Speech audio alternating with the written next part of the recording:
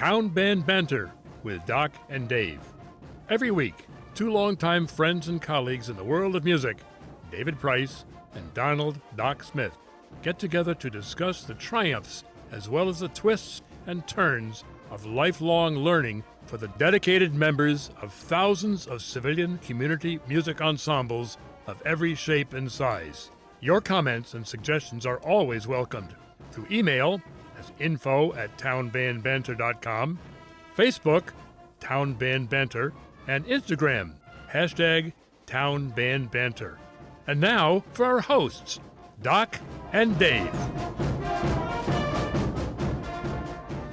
All right, here we go. Episode number 9. Number 9? Are you sure? Well, Yeah, actually, we're the pilot, so that makes this 10. And we decided that this is going to be the end of the first season.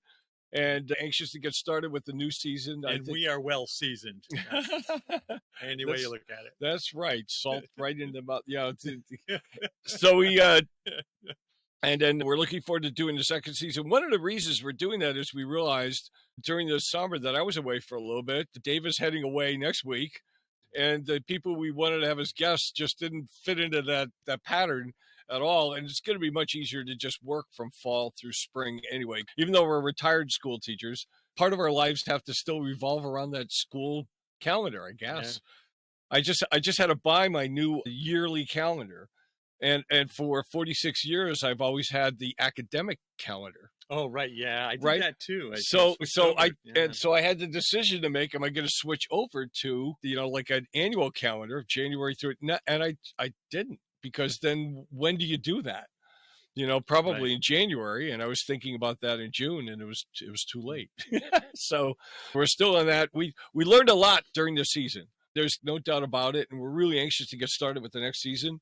Yeah. One of the objectives was to line up experts in the field of some of the issues that have come up, because it's easy to bring up issues, but it's hard to find solutions. So in search of some of the solutions particularly for cognitive, I think our first guest that's lined up, we just have to nail down a date for in the fall, is a woman who's a really outstanding neurologist and also an outstanding performer that I think is anxious to join us and talk about some of the issues that she's noticed too. And that's, so bring in a specialist on that. We'll probably bring in someone with oral and someone with visual, and also some of the other issues that we come along with. We've enjoyed meeting with directors from a lot of places right around here that run very, very different bands. Every band that we're running into is one of the things I was surprised that all the bands, they all have their own something that's happening. And some of it is just tradition. It's the way they've done things for forever, and they're not going to change it. And other bands that they're just struggling to exist and find their traditions. You know what I mean? Well, because of COVID, try to refine it. Yeah, some of them are rebuilding. Right. Yeah. So, and that goes for all levels of performance ability too, and why they're doing it. I think one of the revelations we were just talking about before we started was you kind of define what level and your mission by how you audition and accept new members. Like we've talked about the Jamestown band is, what do I call it? A select ensemble. Whoever selects to be in it is in it, Right. So that's a very different thing than one that requires auditions and maybe a year before you get tenure, almost like a professional group, even though it is a community organization. I think the only one that in of the ones that we talked about was probably the American band. Right. They do some sort of an audition concept on that. So, but the other bands are all, including yours, Doc, all very forgiving. Right. Especially for coming from what I did. I just decided that, at the gentle age of 68, I would start French horn. And here I am at 71. I just turned 71. Right. And I'm not much better. I'll be very honest with you. I took a few lessons with you. And I don't know if it's just well, right there's the problem. You just took a lesson with me. Well, maybe that could be it. Well, maybe it's a devil of an instrument. 72 may be your bellwether year. We need to talk to our most popular episode has been the Sociologist Meets Band with Dr. Sandra Anus, and she's the one who decided at age 75 to try to start playing a band instrument. Right. So maybe you're just too young. I'm just too young. It could be that you need to be patient, you know, Right. and play until you get into the mid 70s. Well, my complaint is just when I think I got, the lip happening, and I'll have a good rehearsal section, or session rather, and the next time I sit down, it doesn't work. Almost entirely, it doesn't work. But that's my problem. You know what I mean? We've gone through some folks in the flute section, and Dave's wife Stephanie, as you know, was a beginner in flute, or and Right. it really works hard. Yeah. I practices more than anyone, and that is really showing, because recently some of our stronger flute players haven't been able to make rehearsal, and Stephanie just takes charge in the section. She's doing very well. She's really is. She's a much better player than she was when she first joined the band. Already. Oh, yeah. I think so. So that's wonderful. She practices a lot. Yeah. Can I say incessantly she practices? This is not a negative thing. We're not discouraging people from practicing. Yeah, no, not at all. But that's something else we were talking about before this, because one of the things you want to try to do to develop the band is to inspire people to practice. And I've always felt that as the director, it's my responsibility to teach them how to practice, and which is something that I didn't get a lot of. Like the advice that I had was practice more. How do you become a better sight reader? Sight read more, and those things, there's a break in that logic, because if you're not doing it that well, it's not going to make you better. And I realized during college that the more I practiced, the worse I got. So I figured if I stop practicing, I could just, I'll get better, right? And right. That doesn't work. That doesn't work either. Yeah, so the logic just broke down, and I started thinking through what I could do to make myself better. And I was asking my teachers, and they just said practice more. Like that, they're kind of that old stamp. So I did come up with some strategies that I've used right through that were the breakthroughs for me. Maybe we could talk about that at some point, but that's one of it. The other thing we noticed in the episodes is that the power of the Portuguese in this region, even though I participated in so many Portuguese festivals and things like that, the connection to Portuguese bands in New England here is phenomenal. It's a lot bigger than I thought. Yeah. I knew we had Portuguese bands around, but I didn't realize the influence was so great. So many people had connected early on to these bands and had really started their musical career in a way. A lot of them. So where you grew up in Connecticut, it was the fife and drum corps. There just seemed to be a prevalence of those. So the impact of that was, what's the origin of fife and drum corps? Because I see that at the changing of the guard, Buckingham Palace has changing of the guard that everyone knows about with the full band. Sure. That does that. And that certainly impacted a lot of the regalia, and everything else that we do here is impacted by what was done in Britain. But then the really cool one is at Windsor Castle in the village of Windsor. And they march, a small band marches through town, and they perform while the guard is changing throughout the castle. And it's primarily a fife and drum corps. Yeah. So the fife and drum corps wasn't something that was invented here. Right. Yeah. That's jazz is more, from the United States and some other forms of music, but not fife and drum corps. So the influence there may have been from early patriots in response to British, or it's hard to say where that is. Yeah, I think the military, again, I'm not a scholar on this, but during the Revolutionary War, of course, it was easy to come up with somebody who could play a fife, cheap too. Somebody who could play a fife and a drum. About storage of instruments. Right. And it added to the military, the martial aspect, but also be able to send messages back and forth. I think through one of the drum solos I learned early on was 3 camps. And supposedly there were 3 camps that each one played a certain musical or a certain passage. And then they knew that camp was all right. And then the next one would come in, and then the next one come in. So they all knew there was a connection that way, that, there was an auditory connection between the different camps. So they knew they were safe and that they were in existence. And the enemy, if they were within earshot, were going, would they please just stop playing those drums? They're trying to sleep. So it had an effect all the way around. Yeah. That's good. It's funny, the fife and drum corps thing in Connecticut, very much, I think, still a historical thing, and there was definitely a trend to rediscover some of those old art forms, but it seemed to connect with many of the fire departments. There seemed to be, with the different fire departments, would start their different fife and drum corps as a community thing. Why, why they put their money and time into it is, again, probably it just was fairly cheap. Was that aspect of it. Yeah. But fairly easy to put together. I mean, they had student groups, or they would start with kids and then they would have the adult version of it, that kind of thing. So it was really neat. And there were some wonderful corps around. Some of them, I don't know if they're still in existence. The Marlborough, Connecticut was one. Right. That was the neighboring town there. I was judging for a while bands in the circuits here in New England, and a lot of the judging was in Connecticut, and there weren't that connection wasn't in the high school bands. I didn't see that. I was kind of shocked to find a couple that had bagpipe. Oh, yeah. And they were being played in tune and very well. Like it was just it was an outstanding addition.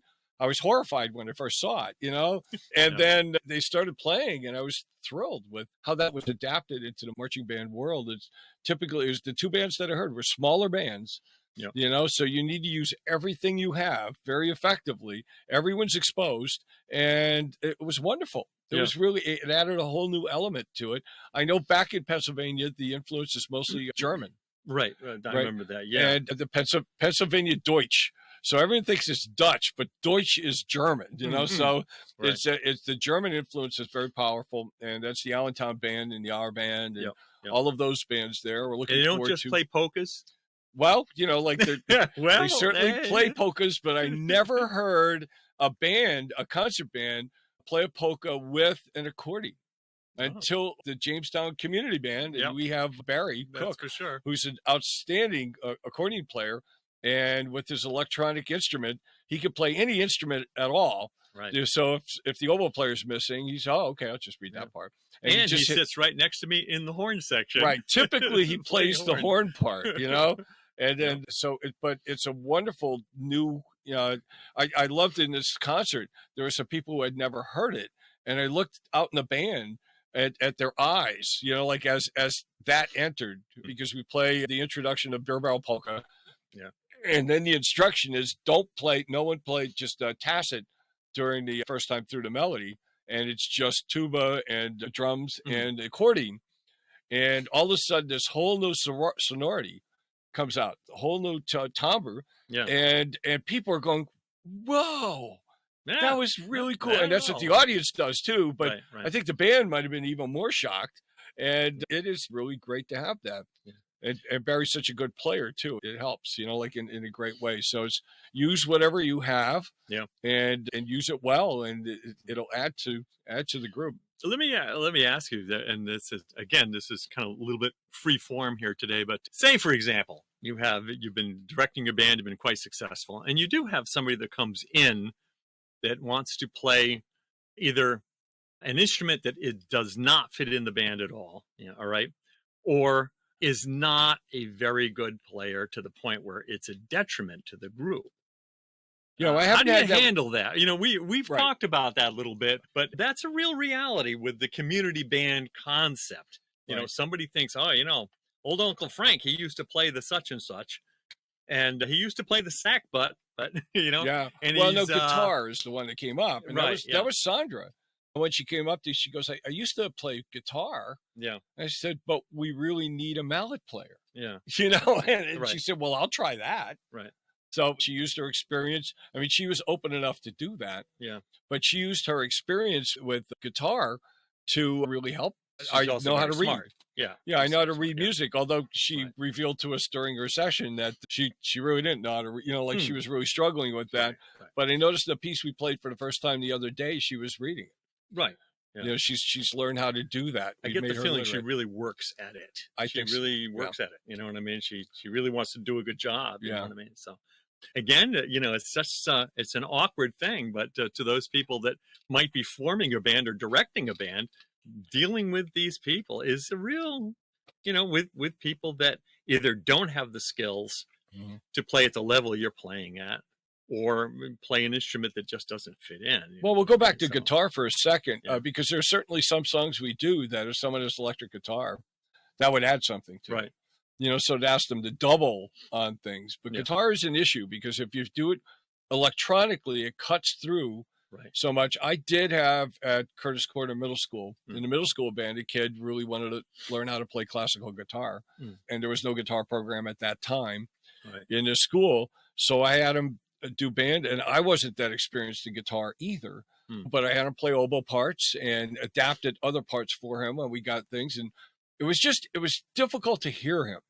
And if you amplify, it's really difficult to control too. There may be some people out there that are listening that have solved that, but I found guitar to be a difficult solution. I've accommodated in the past, and the kid got a lot out of it. Like you learn how to play the melodic side of it, but it's not.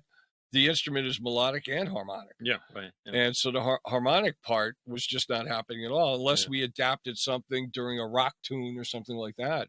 That would have been good, but he was playing a nylon string guitar. So it was just difficult to hear him. So that's those kind of issues are get my juices flowing. Actually. I think some people just shut down and say, no, you can't do it. And I'm thinking, well, there's got to be some way to use this. But I'm not sure exactly how like I said, it gets my juices flowing. That we're in a creative field. So we should be able to be creative. Something. And sometimes directors are just not. And there was that whole question. It comes up sometimes when you're being assessed as a school district. And I've been in a committee a couple times. I remember one time I had just finished one in one district and then moved to another district, and they were just starting it. And I'm thinking, what have I done to myself? Here we go, going through that process again. But sometimes questions like that come up. And I think it was me that raised that music's in the school to develop creativity as well as many other things. But what is so creative about going to your assigned seat, getting the instrument you're assigned, reading the part that you have, played in the way that the conductor conducts. There's not much room for creativity in there. So how do you add that in? And as of the standards that came out in 1992, it mandated that you needed to be able to improvise. And everybody freaked out about that in concert band. And I think we grew because of it. Like I always tried to find ways for people to be not just like, what song do you want to play now?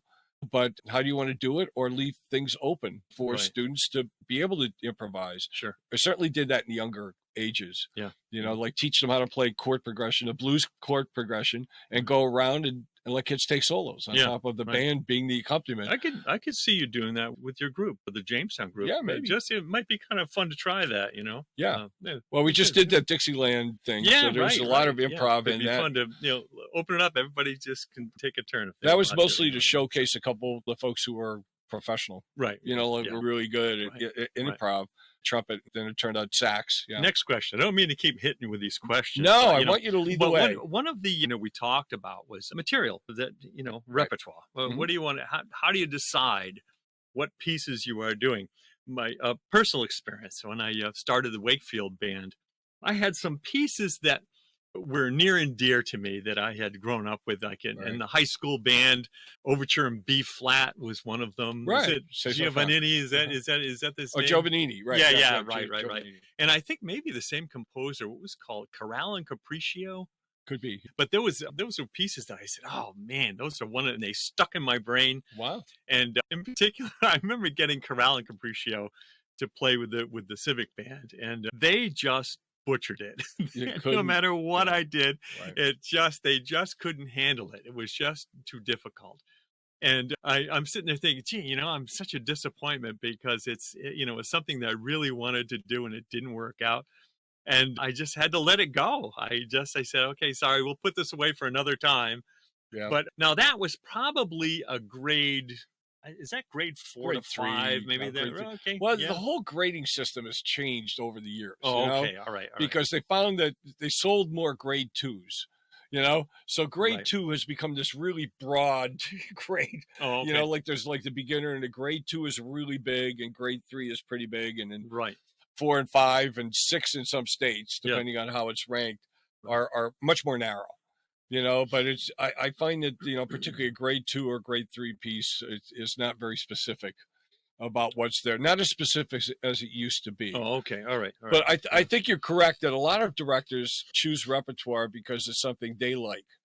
And I have driven secretaries and everyone else crazy my entire career. Now that it's over, we can admit that. And I realized I did because what they were used to was the previous director would say, okay, in the summer, say we're going to do 2 concerts. Here's the repertoire for the first concert. Here's the repertoire for the second concert. Order the music and be done with it. Right. Well, I didn't know what I had. I didn't know what the strengths and weaknesses of the group were until I got into it. And sometimes it'd be a month or so before the concert to really say, oh man, if we could do that piece, that would really bring out what they just really conquered, and reward them that way. So they'd be scrambling and ordering music all year long, and they were just furious with me at times. Yeah, it used to be so simple, but the director would play things that they really liked. And there was some insight, some thought, into what strengths and weaknesses might be there because it's tied in with the method book if they're using a method book. Right. Yeah. But I always reserved that, what is best for the group at that time. Yeah. And that's how I made my decision. So I try to do that with the Jamestown band, and sometimes that drives them crazy too. Right. And the fact that, as you said before, it's kind of a movable feast. It's constantly changing according to who's in the neyborhood, who's still around, Well, my wife and I are going to be going away for 3 weeks. There you go. And we're going to miss the concert, so all of a sudden, your principal clarinet it's tricky. The oboe is gone, or God forbid the accordion being gone. Right. No, but they're really critical spots. Well, we're back into the electronics. We have a bass player that plays with us. And there are some pieces, we have a tuba player as well, and they double each other. Yeah. But the tuba player, by his own admission, is just not nearly as strong as the bass player. And the bass player is terrific. Yeah, he reads very well. And he's made himself a much better player by playing with the band. I remember when my son, Brandon, who plays bass professionally, we were hosting the Southern New England Honors Band Festival, which is one of those kind of festivals when I was teaching at the University of Rhode Island.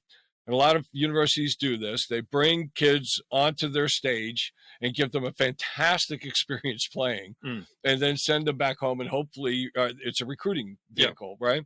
And we would bring in guest conductors from very far away so that the students from Rhode Island would not be tempted to migrate, migrate to that school. You wouldn't, get someone from the very next school over because then they'd go to their school. It's a recruiting vehicle. But all done, in the nature of giving them a wonderful experience too. And we brought a guy in from Ithaca, and he insisted on having a bass as part of the program, and I hadn't thought about that. And it's most of the tunes he had chosen had that bass part. So at the last minute, we had to add in Brandon. And he came home. He was, I think, a sophomore or junior in high school. And he said, Dad, this is hard. This is really hard. Because he's playing in a lot of flat keys and playing a lot more notes than he was used to playing in the kind of pieces that the adaptations of orchestral pieces he was playing in the school. And it was a huge challenge for him, but it adds greatly to our band. There are some songs, there are some pieces we can't do without him there. Yeah. You got to have that bass in there. Yeah. Something. Yeah. Yeah. There's that tune, gotta have the bass, gotta have the bass. Right. Don't sing that. But it is no, I'm not. We're not gonna sing. We have a limited audience as it stands. We don't want to eliminate even more, right? Yeah.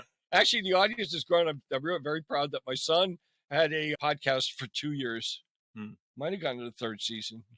I'm not sure. Now, my son had a podcast for 2 years, and I said, "Well, how many listeners did you have? How many people were followers? And all that." And we've surpassed that in 8 episodes. So and he had a much broader field to shoot at. Right. So I'm really proud with how this has grown. But I'm also anxious to try to figure out how to promote it in better ways. That's something that I'm sure we could do better for the 2nd season. And hopefully we'll learn that in between. I'm not sure what that is. I think part of it is just that our audience, potential audience, are middle-aged and older concert band members that don't listen to podcasts. Yeah, well, you got a point. We need to figure out how to, get them to listen to podcasts, which I have to admit, my son, during trips, the younger son, would put that onto the radio in the car, and that's what we had to listen to. And I fell in love with podcasts. Yeah, right. I thought it was fantastic. Things that you couldn't talk about, and it would kill an hour and a half Right. of driving. So it was wonderful. Learn something, be entertained, and not use a lot of bandwidth. So you could just do it on the road at the time this was a couple of years ago. Now it's much easier to do all of this. Sure. But no, I think podcast is great, and podcasting has been fun. I think is a great vehicle for us to talk about what we're doing. So we probably have about 10 more minutes to wrap up this season. Yeah. I want to make sure, were there any things that we missed that we wanted to, definitely get to before? Oh, I know what it was. We're doing this during the time that the Summer Olympics are going on. We're in the third from the last day of the Summer Olympics. And what started hitting me now and has also influenced me throughout my whole career is that when I was teaching at Penn State and when I was a student and teaching at Penn State, all of the human performance, money and efforts and interest were going into athletics. How to make human performance better. Some of the tricks that I came up with that adapted to music came out of athletic studies there, talking to some of the coaches and some of the trainers. So like with the Olympics, we always say in music, we're striving for excellence, much like they're striving for excellence in all of these events. And some of these events, you spend your entire life training for a 10-second long event. Right. Yeah. Just under 10 seconds. Just dealing with pressure. I think that field has gotten much better with mental. The mental side of it. Some of them used to just have a weightlifting coach, a strength coach, and a speed coach, and that's it. Now they have the psychological as well, and that's really improved the performance overall because people were under there were great performances before we talked about all that, but those must have been very, very special people that just had a way of compartmentalizing things in a way that they could perform their best right at the spot. But we certainly do that in music all the time. We're under performance pressure. And then also, how do you practice and what is the best way to train and get this teeny musculature? Right.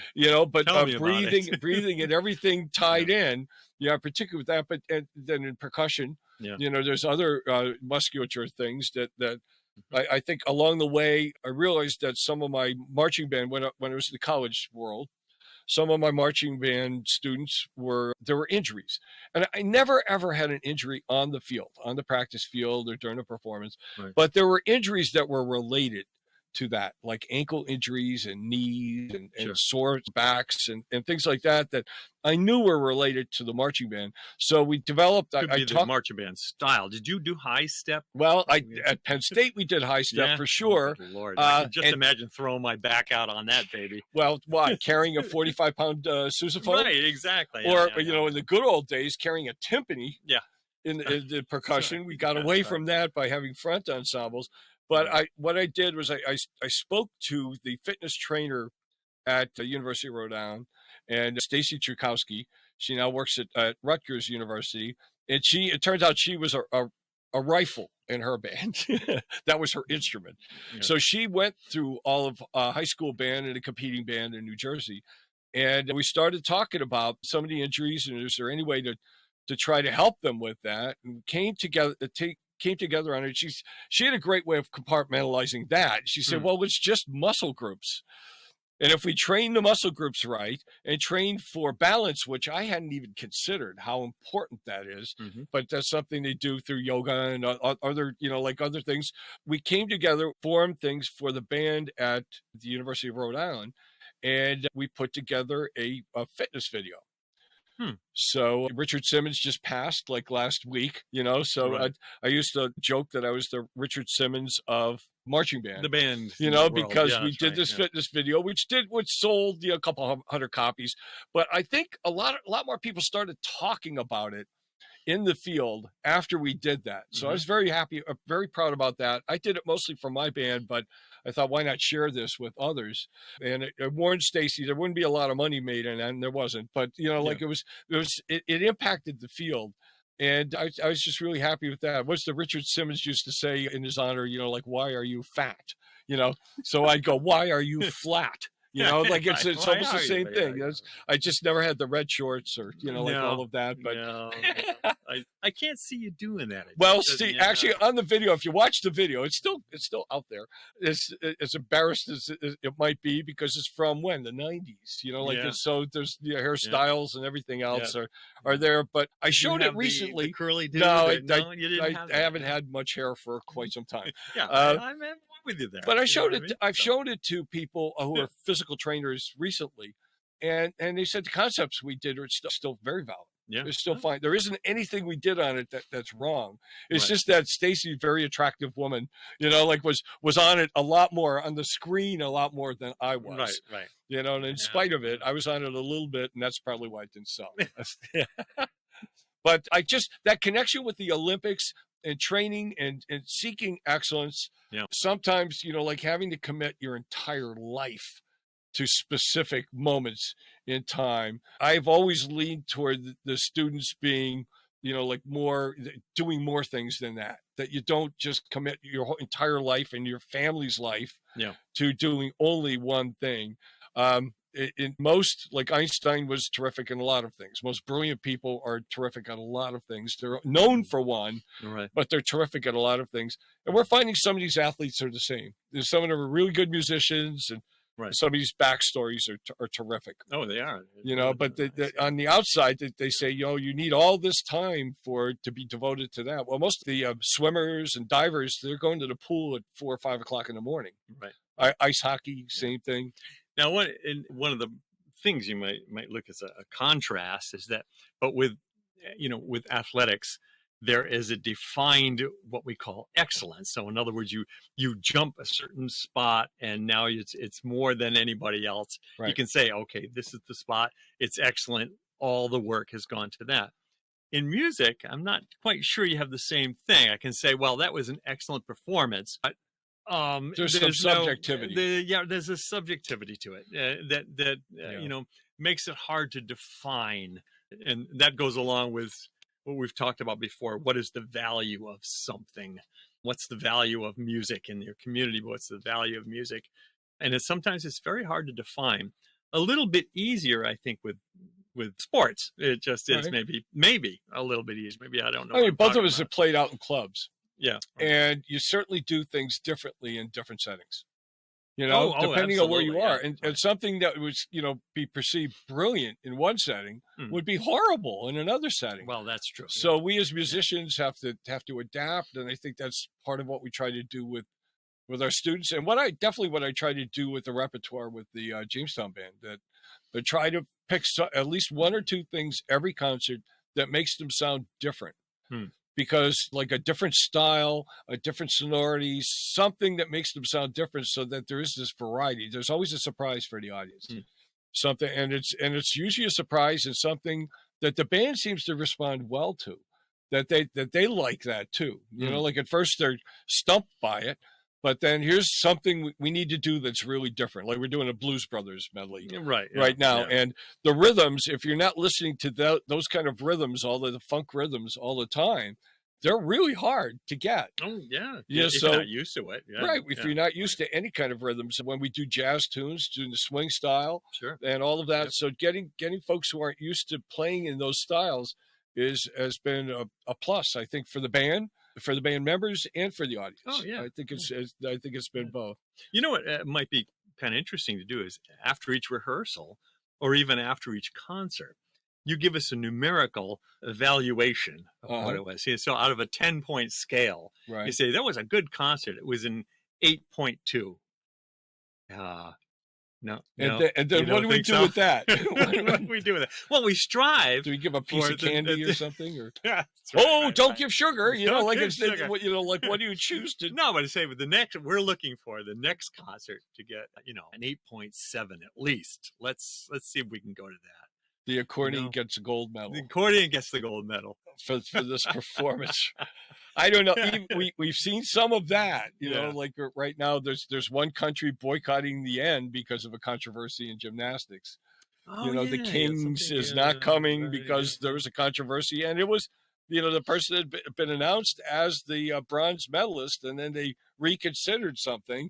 Right. And then she wasn't getting a medal at all. It was Right. like horrible. It was contested. Something about the difficulty scale. So they have their their subjectivity. Well, the also. joke used to be, and here we'll go into the political correctness thing. The Russian judge, like was always the Russian judge. Yeah, 7.5, 7.5, 2.1. Right.